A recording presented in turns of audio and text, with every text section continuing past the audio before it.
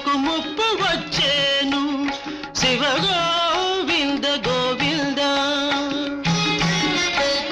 వంగుతూ లేచేటి ఈత చెట్టును చూచి లోకులంతా పూజ చేసేరు. వెనుక జన్మములోన జరిగిన కథలన్నీ మూడేళ్ల బాలుడు చెప్పేను. శివ గోవింద గోవింద. యాగంటి బసవయ్య అంతకంతకు పెరిగి కలియుగాంతమున రంకేసేను. యాగంటి బసవయ్య అంతకంతకు పెరిగి కలియుగాంతమున రంకేసేను.